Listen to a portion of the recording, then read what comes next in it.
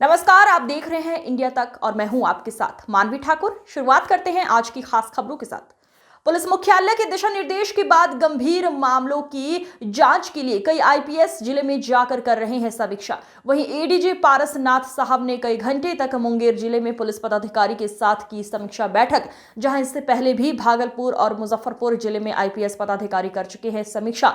बिहार के डीजीपी सभी आईपीएस पदाधिकारी के साथ बैठकर अलग अलग करेंगे समीक्षा। बिहार में लंबित मामले और गंभीर मामले को लेकर पुलिस मुख्यालय सख्त हो गया है। वर्तमान डीजीपी विनय कुमार ने बिहार के कई जिले में पुलिस मुख्यालय से सीधे सीनियर आईपीएस पदाधिकारी को जाकर समीक्षा बैठक करने के निर्देश जारी किए हैं। उसके बाद बिहार के कई जिले में कई एडीजी रैंक के आईपीएस पदाधिकारी जिले में जाकर समीक्षा बैठक कर रहे हैं और गंभीर मामले में कहां क्या गड़बड़ी है इसकी जानकारी वो पुलिस मुख्यालय को देंगे। इसी तरह मुंगेर जिले में पुलिस मुख्यालय से सीधे पहुंचे एडीजी सीआईडी पारसनाथ साहब ने मुंगेर डीआईजी राकेश कुमार, एसपी सैयद इमरान मसूद और वहां की डीएसपी और पुलिस इंस्पेक्टर के साथ बैठक की है। पूरी जानकारी वो पुलिस मुख्यालय को देंगे। कहां क्या लंबित मामला है, कहां कितने मामले गंभीर हैं और पेंडिंग है। आप हमारे चैनल पर बने रहें।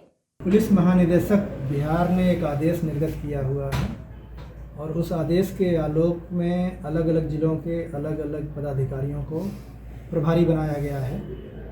उसी आदेश में यह भी निर्धारित है कि हम लोगों को क्या क्या चीज़ों की समीक्षा करनी है या उसकी जानकारी लेनी है। तो मैं उस आदेश के तहत मुंगेर ज़िले का प्रभारी बनाया गया हूँ। उसी के लिए मैं आज यहाँ आया था और जो बिंदुवार हम लोगों को निर्देश दिए गए हैं उसमें से मैंने आज अपराध और कांड इन चीज़ों से संबंधित जो मामले हैं उनकी समीक्षा किया। पदाधिकारियों से मैंने जानकारी लिया।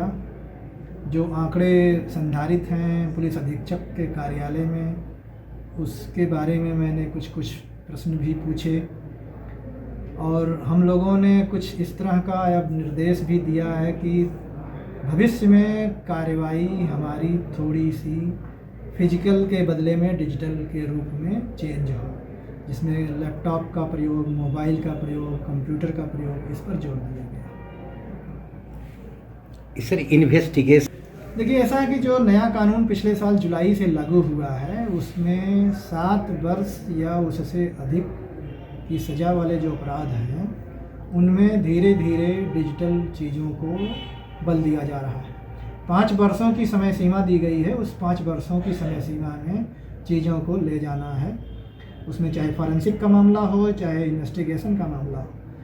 इसी के तहत बिहार राज्य में सरकार ने हम लोगों को मोबाइल और लैपटॉप खरीदने के लिए जो योजना थी उसे स्वीकृत किया और 192 करोड़ रुपए का आवंटन भी दिया। तो उस आवंटन के आलोक में लैपटॉप और मोबाइल का क्रय किया जा रहा है और अब इस लैपटॉप और मोबाइल का उपयोग भी किया जाना है। इसी पर ध्यान दिया जाए। इससे बेनिफिट क्या हो सकता है? इसमें बेनिफिट 2-3 तरह की चीज़ें होती हैं। कानून में जैसे बात हम लोग करते हैं तो एक जो व्यक्ति की बात होती है उसके स्टेटमेंट भविष्य में बदलते रहते हैं। लोग तरह तरह की चीज़ें करते हैं, कोई झूठ बोलता है, कोई बदल जाता है किसी कारण से, चाहे भय हो, चाहे लालच हो, चाहे कोई और कारण हो। लेकिन जब डिजिटल में आप एक बार अपना स्टेटमेंट दीजिएगा और वो स्टेटमेंट रिकॉर्ड हो करके सेव हो जाएगा तो फिर वो आप बदल नहीं सकेंगे। एक पार्ट ये है। दूसरा चीज़ ये है कि इसमें छेड़छाड़ होने की संभावना नहीं है, इसलिए कि ये हम लोगों के किसी के कंट्रोल में नहीं है। केंद्र सरकार की जो एजेंसी है वो कंट्रोल करके रख रही है, क्लाउड में रखा जा रहा है। तो हमारे पास एक्सेस ज़रूर होता है कि हम उसे देख सकते हैं, लेकिन उसमें कोई हम लोग छेड़छाड़ या कोई भी पदाधिकारी, कर्मी, इवन मतलब जो आम आदमी है, कोई इसमें कुछ नहीं कर सकता। इसका ये फ़ायदा है।